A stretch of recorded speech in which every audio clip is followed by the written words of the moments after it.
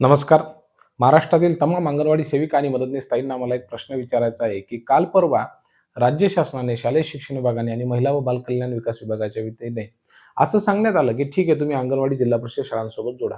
परंतु हा निर्णय घेत असताना अंगणवाडी सेविका ताई आणि मदतनीस ताई यांच्या मानधन संदर्भानं खरंच तुम्ही काही चर्चा केली का? त्यांचे हे जे कामं वाढणार आहेत, जे तुम्ही कामं सातत्याने वाढवत असता किंवा भविष्यामध्ये जी कामं तुम्ही वाढवणार आहात, तर जशी-जशी कामं वाढवत आहात, तसतशी मानधनामध्ये वृद्धी करणार आहात की नाही? की जेवढी मानधन आहे, जेवढी पगार सध्या त्यांना भेटत आहे, तेवढ्याच वरतीच संतुष्टी ठेवणार आहात? तुम्ही पेन्शनचा प्रस्ताव मागच्या वेळेला तयार केलेला होता. तो पेन्शनचा प्रस्ताव पुढं सरकला की नाही? म्हणजे एकीकडे आमच्या अंगणवाडी सेविकाच्या हातचा मुलगा, जो काल परवा पर्यंत अंगणवाडीमध्ये येत होता, तो आता पी-एस-आय लागला. त्याचं प्रमोशनसुद्धा झालं, त्याचं लग्न झालं, त्याला मुलं झालेत.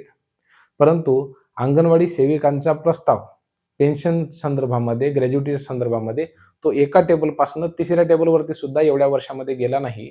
मग आम्हाला तुम्हाला प्रश्न विचारावासा वाटतो, की अंगणवाडी सेविका ताईंच्या आणि मदतनीस ताईंच्या प्रश्नासंदर्भामध्ये आपण इतके असंवेदनशील का आहात? आणि हे अद्याप किती दिवस राहणार आहात? एवढे वर्ष झाली, तुमचे सगळे कामं सोबत-सोबत येतात. एक पत्र निघालं की दुसरं पत्र, दुसरं पत्र निघालं की तिसरं पत्र, एक आदेश निघाला की दुसरा आदेश, दुसरा आदेश निघाला की चौथा आदेश. एकासोबत धड-धड आदेश निघतात. परंतु तुमचं राज्याचं आणि केंद्राचं मानधन मात्र इतक्या अंतराने का बरं येतं हो? केंद्राचा आदेश आला की लगेच त्याच्या पाठीमागे राज्याचा आदेश येतो. मग राज्याचं मानधन आलं की ताबडतोब केंद्राचं मानधन का येत नाही? केंद्राचे पैसे जमा झाले की राज्याचे पैसे तात्काळ जमा का होत नाही? म्हणजे तुमचे जे वेगवेगळे लेटर्स असतात, आदेश असतात ते सोबत-सोबत येतात. परंतु मानधन मात्र वेगवेगळं होतं. असंच जर राज्य सरकारी कर्मचारी असतील किंवा इतर काही कर्मचारी असतील, त्यांचंही मानधन असंच येतं का हो? टप्प्याटप्प्याने तुम्हाला पगार देतो का? जे आय-ए-एस अधिकारी आहेत किंवा चांगल्या मोठमोठ्या पदावरती महिला बालकल्याण विकास विभागामध्ये जे काही अधिकारी आहेत, त्यांना जर असा टप्प्याटप्प्याने पगार दिला तर? म्हणजे आधी एक घास खाऊ घालायचा, नंतर दुसरा खाऊ घास घालायचा, नंतर मग थोड्या वेळानं म्हणायचं बाकीचं जेवण नंतर कर. असं तुम्हाला पगार भेटला तर चालेल का? जरी तुम्हाला चालत नाही तर मग सेविका ताई आणि मदतनीस ताईंना का बरं तुम्ही असे करता? त्यांना प्रोत्साहन भत्ता वेगळा देता, तुम्ही राज्याचं मानधन वेगळं देता, त्यांचं केंद्राचं मानधन वेगळं देता.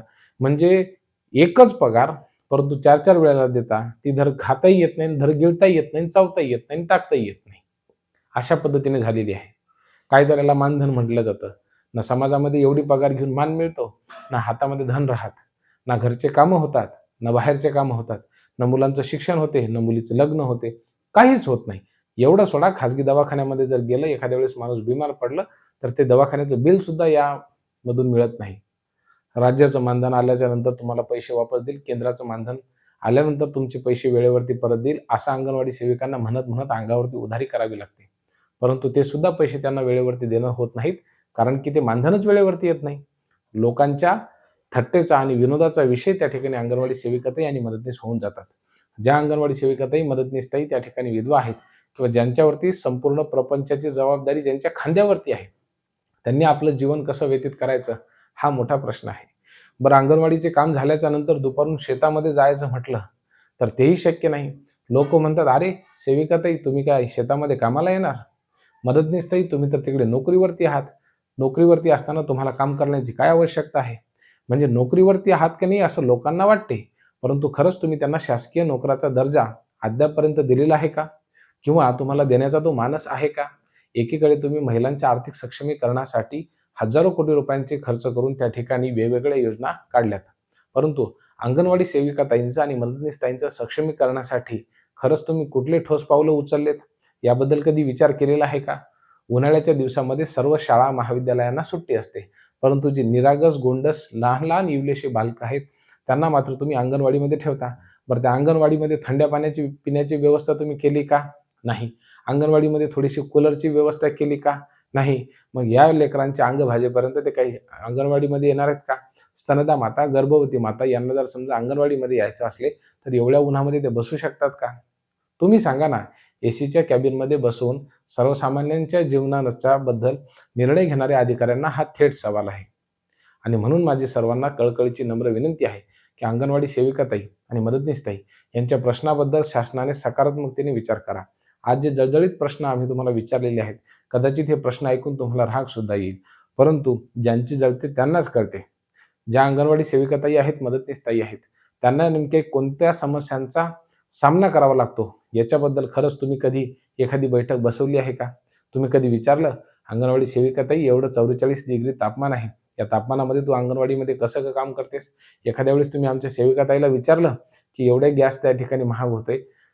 त्या ठिकाणी इंधन देखील मिळत नाही. मग अशा परिस्थितीमध्ये तू त्या भट्ट्यासमोर कशी काय राहू शकतं? त्या भट्ट्यासमोर तुझ्या जीवाची लाहीलाही होत नाही का?" असा प्रश्न आपण त्यांना कधी विचारलेला आहे? हा प्रश्न खऱ्या अर्थानं विचारण्याची मानसिकताच मुळी राहिलेली नाहीये.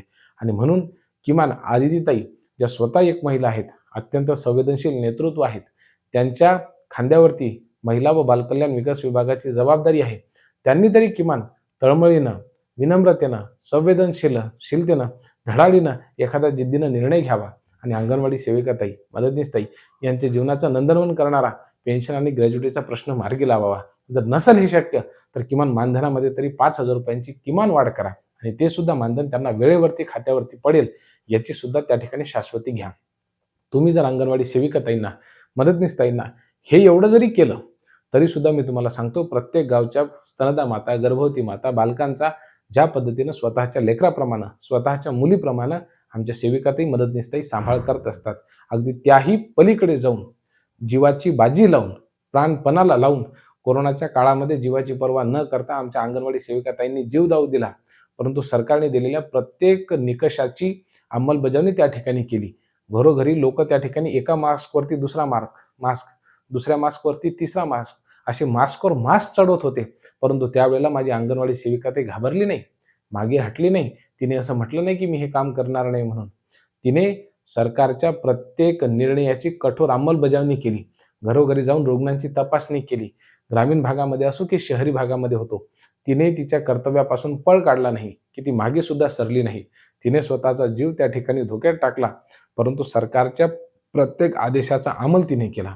मग जी अंगणवाडी सेविकाताई, मदतनीसताई स्वतःचा जीव प्राणपणाला लावू शकते, तुमच्या तुटपुंज्या मानधनासाठी, तुम्हीच विचार करा, जर हे मानधन वाढवून दिलं, तर तिच्या कार्याचा खऱ्या अर्थानं सन्मान होईल. हे पैसे वाढवून देऊन राहिले म्हणजे तुम्ही तिच्यावरती उपकार करणार नाही आहात, तर तिच्या कार्याचा मोबदला, तिने केलेल्या कामाचा सन्मान तुम्हाला जर करायचा असेल, तर तुम्ही अशाच पद्धतीने करावा, अशी राज्य शासनाकडे कळकळीची नम्र विनंती आहे. बहिणींनो, आज जे आम्ही बोललो, हे खरं आहे, खोटं आहे, बरं आहे, बुरं आहे, हे आम्हाला कमेंटच्या माध्यमातून कळवा. कारण की तुमच्या समस्या जाणणारं कुणीतरी असावं आणि त्या समस्यांना समाज माध्यमांवरती वाचा फुटावी, हा आमचा प्रामाणिक हेतू आहे. कदाचित हे करताना त्राससुद्धा होईल, परंतु झाला तर चालेल. कुणी म्हणेल की "अरे, तुम्ही ह्यांची बाजू घेऊन कशाला बोलता?" तसं म्हटलं असतं तरी सुद्धा चालेल. परंतु आम्ही तुमची बाजू घेणार. तुमच्या ज्या समस्या आहेत, त्या निश्चितच शासन दरबारी पोहोचवण्याच्या संदर्भामध्ये जे आम्हाला करता येईल, ते नक्की करण्याचा प्रयत्न करणार. खूप खूप धन्यवाद ताईंनो.